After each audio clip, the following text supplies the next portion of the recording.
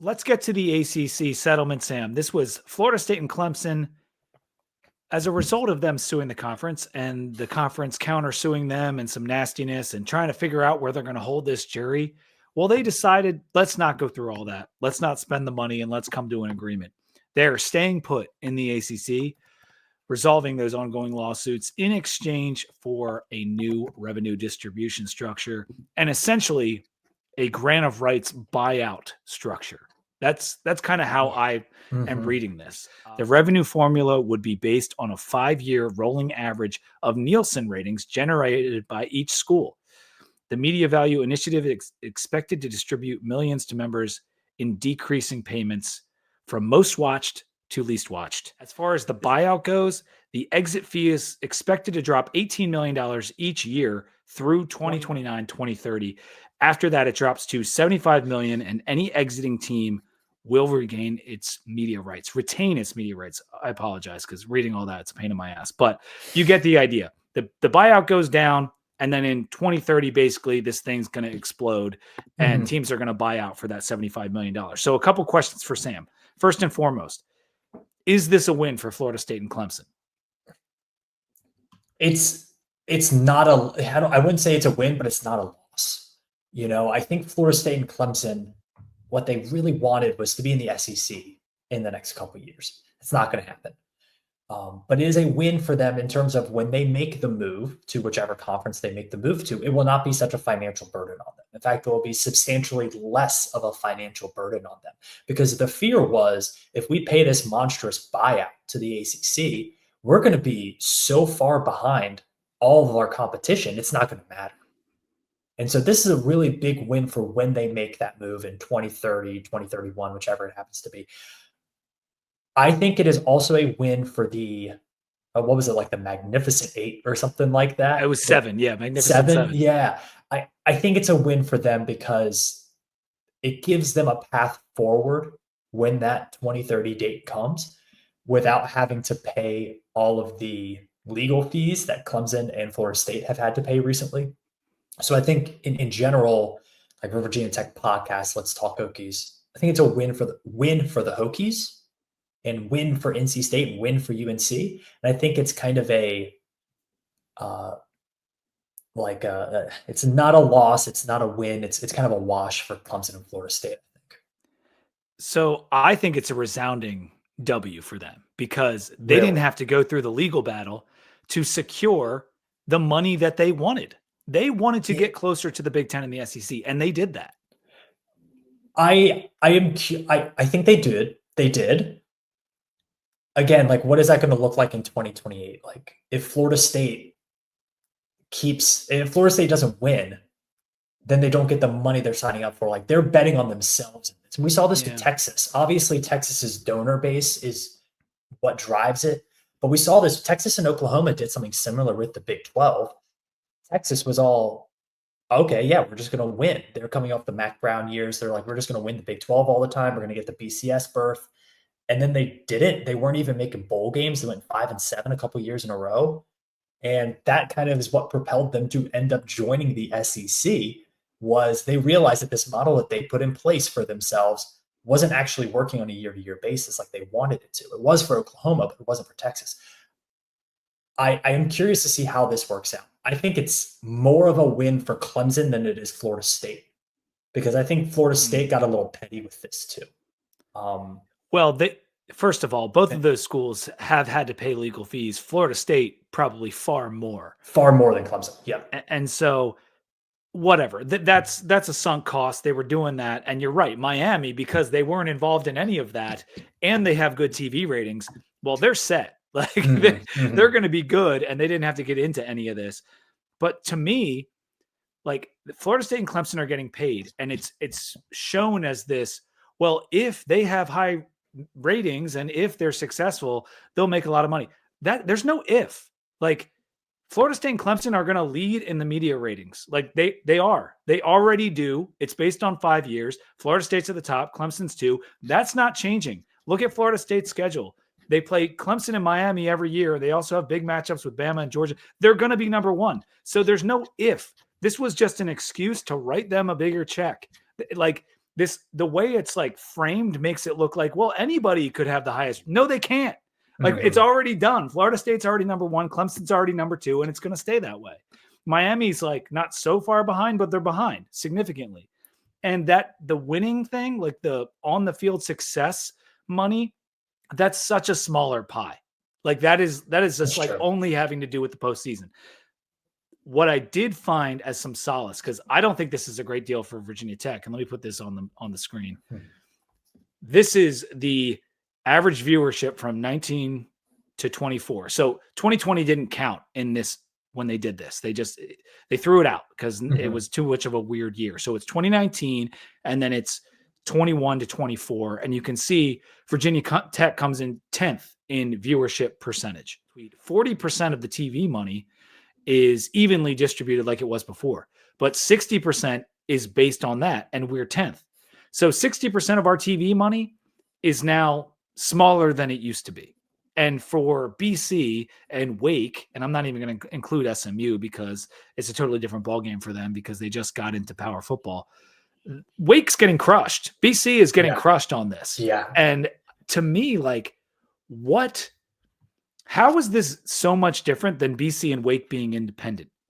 Because it's different because it's 40% different. But like if BC and Wake went out and scheduled their own shit and got to keep all the money from all the deals they made, it might not be that much different from what they're about to make. Yeah. I think I'll start with Virginia Tech's point, and one, call back to that Cal game. That's why it's really important to get those like prime time. We call them in the betting business island games, where you're the only thing on in town. Everyone is watching you. Those are going to be really huge for that. That's something that Florida State has gotten a ton of.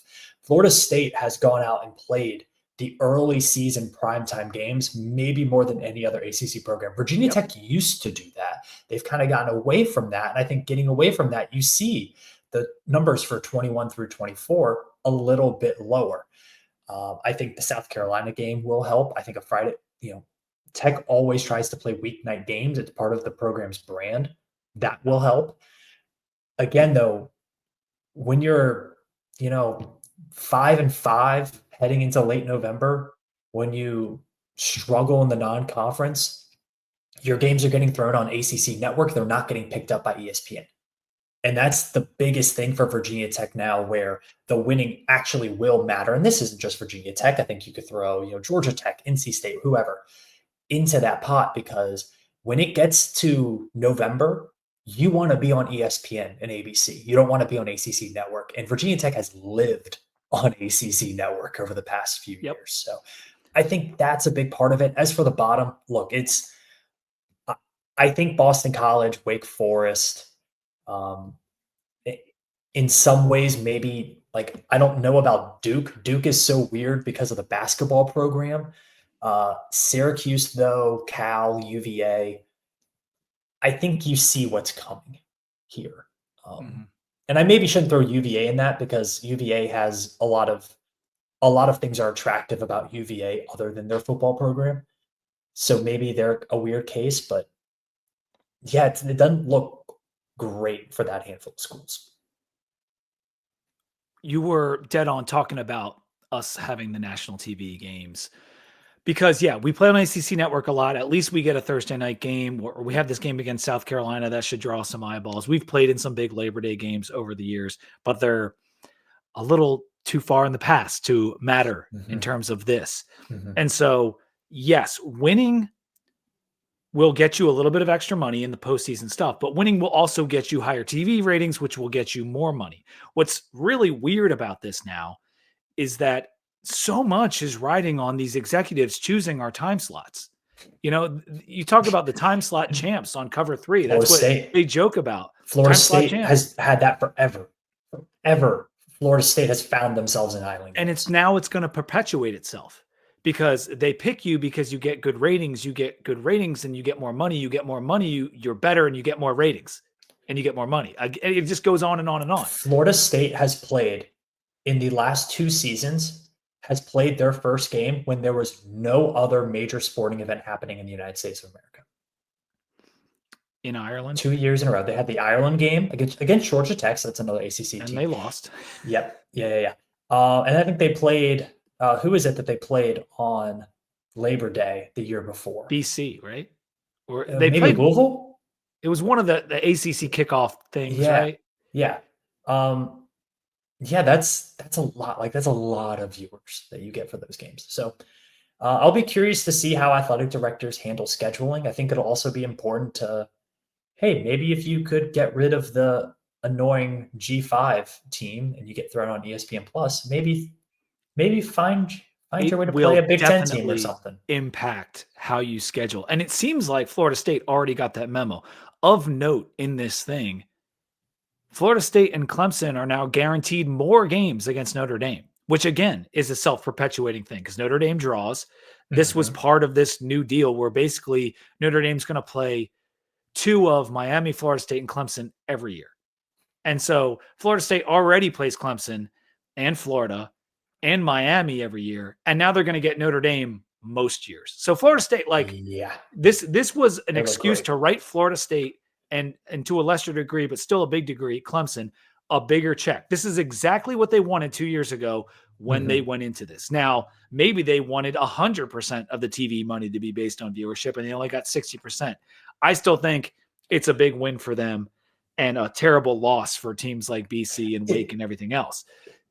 Everyone is saying, but like the death of and maybe you make your point and we go to this to wrap it up. I was going to ask you a question.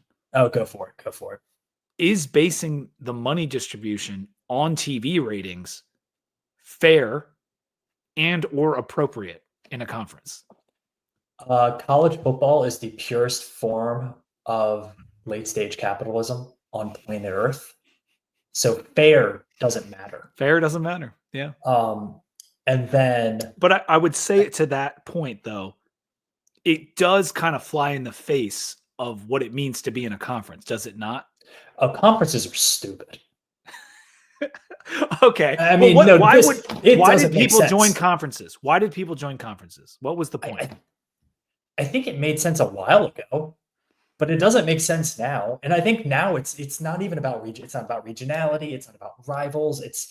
It's like, I guess you could say it's about like access to postseason, but that's changing every other year. So who knows if that definitely even matters. Lost the plot on why the point of conferences were. You're buying. It's like you're a GP, like a group purchasing organization now. Going to a vendor, you're like, hey, this is our collection of schools that we want to have be part of this ESPN contract. That's pretty much all it is. Initially, it was packaging yourself with like-minded regional institutions to ease scheduling and have a known quantity in terms of the amount of money you could expect to bring in every year so you could budget properly. And you could also package your schools together and maybe sell them to a TV network. This is, going way back. Like Big Ten's been around for 100 years. This is long before there was television networks. But I'm just saying, like, the point of being in the Big East when we joined in the 90s is so we could package ourselves with Miami and West Virginia and Syracuse and sell that to ESPN or whoever else. And then you kind of know, like, oh, if they go to a bowl, we'll get some money. That way our budget doesn't go into the tank that year. We can kind of even itself out. Well, now with this distribution stuff, with having teams from California and Texas in the ACC, in addition to Miami and Boston College, like there's no regionality. The travel expenses are crazy. And it's like I said, we've just completely lost the reasoning and the plot behind why we would have conferences. And so it's become totally silly. And I realized for the Olympic sports, scheduling would be so difficult if you weren't in a conference. Yeah. But for football, like there's no good reason at this point that Virginia Tech should not be independent, in my opinion. Like scheduling be damned, you'll figure it out. But like there's not going to be a ton of difference in terms of what we could get on the free market if we suck in the ACC. Because if we suck in the ACC, we're going to get less and less of the pie anyway. Yeah, I mean, that kind of goes to the next point is everyone's kind of saying, oh, this means it's a ticking time bomb for the ACC. It means after 2030, the whole thing's done. I think there's also this grain of, okay, we know it's going to last that long. Who knows what the playoff structure will be like, or what the sport will be like with NIL and all that jazz. But if this works out really well for Clemson and Florida State, why would they jump ship? Because it's a whole lot easier to get a shot at a natty playing in the ACC than it is the Big Ten or the SEC. I'm glad you brought that up, Sam. I think if I have to bet, I would say it's like 60-40 ACC football dies after 2030. But I don't know, man. This thing might work. And I do think you might see I think it is realistic that like Wake Forest and BC or something drop off, at least for football. I think that is a possibility. Potentially. You're talking about the reason they might stay is because of the playoff ramifications, playoff access. And that's going to be good in the ACC as compared to the SEC. Like the way they have it structured now and the way it could happen in the next playoff iteration when we go to 14 teams is that the ACC has 2 automatic bids. I'm not so shot in the ass about, all the conferences having set amount of bids. I think that's kind of stupid, but say that's what they agree to and the ACC gets 2 automatic bids. Well, Florida State and Clemson have all the money. They get all the recruits. They're in fertile recruiting grounds already. They'll have every advantage and they'll have easy access to be those 2 teams along with Miami almost every year. And so you're right, Sam. Like if you have access and your money is not so far behind the big boys, why would you leave? Why would you? Yeah. I think it's going to be really interesting to see how this plays out. The other thing about them solidifying, because the argument is that this has now given the ACC stability. The reason we gave up the farm, so to speak, or maybe it's not as bad as I think it is, but I don't think it's great. Now we have stability for 5 to 6 years. Does that stability give the ACC just a little bit more leverage in the playoff negotiations to be like, give us a third team? It might. And I think it would really help the ACC if the big brands played like big brands. I think part of the downfall of this conference was because Miami and to an extent at some points Florida State, but mostly Miami, UNC didn't live up to their expectations. Never lived up to the hype. Always fit. Yeah, Virginia Tech for a while. I mean, the first decade Tech ran the ACC, and then the next decade now they can't do anything. So, yeah, I think part of it is because of the big football brands in the conference haven't consistently looked like big football brands. Yep. If they could find a way to get back to that, I mean, Miami seems to have righted the ship. Clemson's obviously still rolling. Maybe you can find your way into that conversation, but I do think somebody has to be the 3rd and 4th ranked power conference. And I really don't see the ACC jumping the Big Ten anytime soon. I want to blame Miami more than any other school because it's Miami, but like they were the 5-time national champs or whatever it was coming in. They had just been a killer team in 2000, 2001, 2002. And then they just, as soon as they joined, I know they played against us for the 2004 title, but they just fell off a cliff. And they were always a much bigger power than Tech was, bigger power than Clemson was, even bigger than FSU. And their lack of success kind of helped kill this conference. And it's the reason we're in this mess that we are in now. Yep. All right. That's going to do it for the ACC talk. That was fun though. It's something that you brought up that you wanted to talk about. We only scratched the surface of this stuff. There are plenty of really well-written articles by people that are smarter than us that go into the nitty-gritty details of this.